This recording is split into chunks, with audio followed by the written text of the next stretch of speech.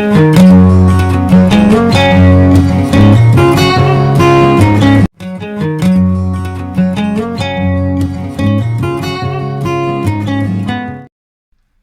tout le monde, aujourd'hui on va présenter l'anatomie de l'appareil digestif sur macaque. L'appareil digestif est l'ensemble des organes dont la fonction principale est la transformation et l'assimilation des aliments. Il comprend un conduit, c'est le tube digestif et des glandes annexes. Le tube digestif, c'est un conduit musculo-membraneux long de 10 à 12 mètres, occupant successivement la face, le cou, le thorax, l'abdomen et le pelvis.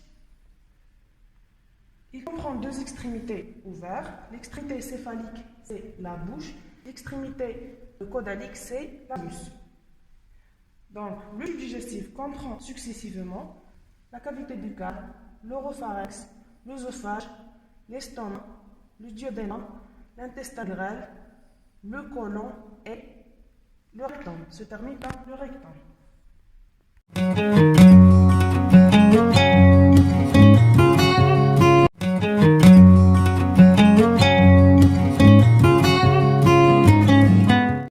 La cavité buccale ou bien la bouche, c'est le segment initial du tube digestif.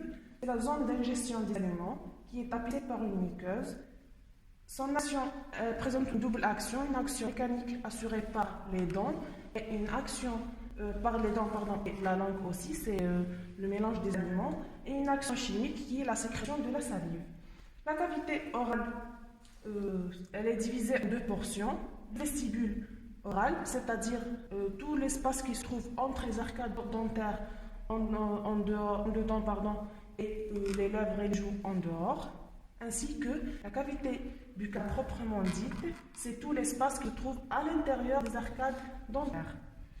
Donc, la cavité buccale est limitée en haut par la voûte palatine, en bas par le plancher buccal, en avant par les arcades dentaires et en arrière par l'isthme du gosier qui fait communiquer la cavité buccale et l'oropharynx.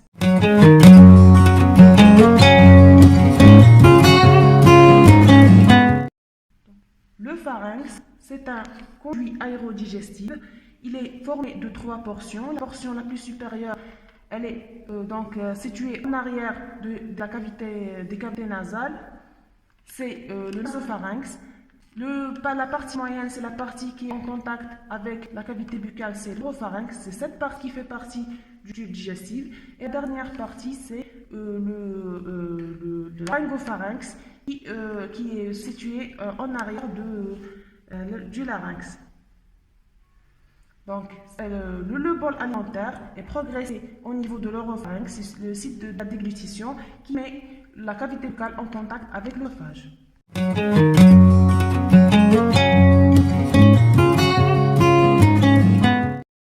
La portion prochaine du tube digestif, c'est l'œsophage. L'œsophage, c'est un tube musculo-membraneux d'environ 25 cm de longueur qui assure le transport du bol alimentaire depuis le pharynx jusqu'à l'estomac. Donc, son origine se trouve en regard de la vertèbre C6 et il est fait de trois segments, un segment cervical, un segment thoracique et un segment abdominal. Il traverse le diaphragme par l'hiatus œsophagien.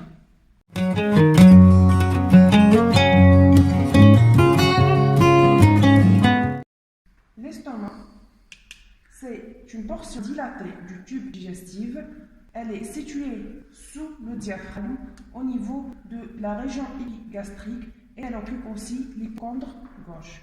Elle fait suite à l'œsophage et se continue par le duodénum. Elle présente une forme en J majuscule. Elle présente à décrire deux faces, une face antérieure et une face postérieure, deux bords bien courbure, la grande courbure et la petite courbure. C'est le siège de sécrétion des hormones et des glandes.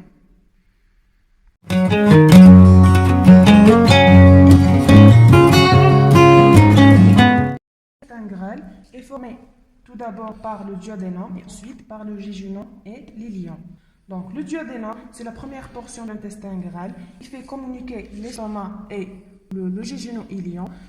Donc, il est formé de 4 portions, le D1, le D2, le D3 et le D4. Il forme un C ou bien un cadre ouvert à gauche. Sa deuxième portion, qui est le D2, présente une connexion avec des canaux biliaires et pancréatiques. Le jejunum-iléon, c'est la portion mobile de l'intestin grêle.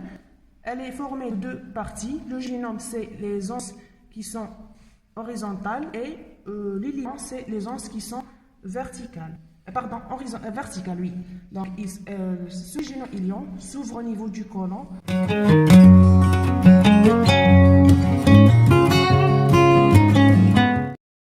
Le côlon, il présente la forme d'un cadre. Il est formé de plusieurs portions.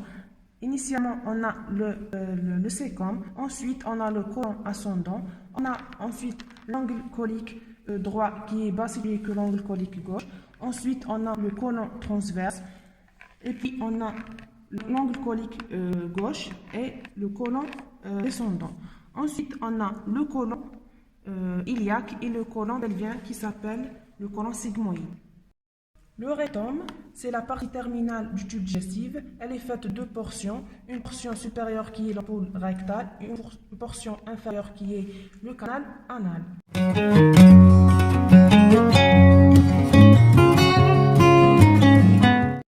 On passe maintenant aux glandes annexes d'appareil digestif.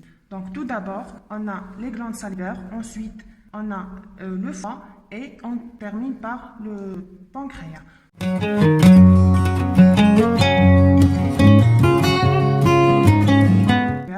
Elles sont divisées en deux groupes. On a les glandes salivaires majeures et les glandes salivaires mineures. Les glandes salivaires majeures, elles sont situées au niveau de la face. Elles sont paires. Donc, tout d'abord, la plus grande glande, c'est la parotide. Deuxièmement, c'est la sous-maxillaire. Et troisièmement, on a la sublinguale. Ensuite, on a les glandes salivaires mineures qui sont dispersées au niveau de la muqueuse de la bouche. Elles sont donc là, dans la muqueuse jugale, c'est-à-dire des joues, linguales, labiales et palatines.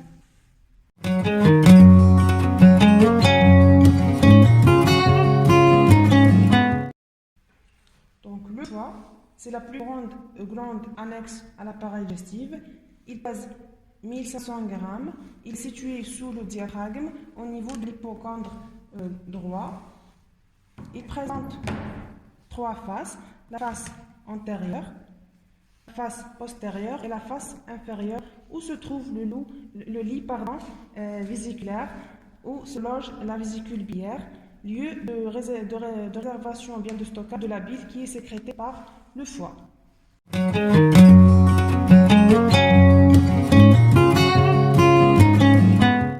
Le pancréas, c'est une glande mixte qui sécrète le sucre pancréatique et des hormones. Donc le pancréas, il présente une forme allongée.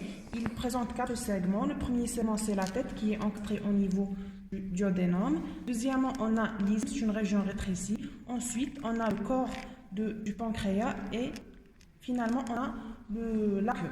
Donc le pancréas est traversé par un canal pancréatique principal, qui est le canal de Wirsung, qui s'ouvre au niveau de D2, c'est-à-dire deuxième portion du duodénum. De ce canal se détache un autre canal qui est accessoire et s'ouvre plus haut que ce dernier.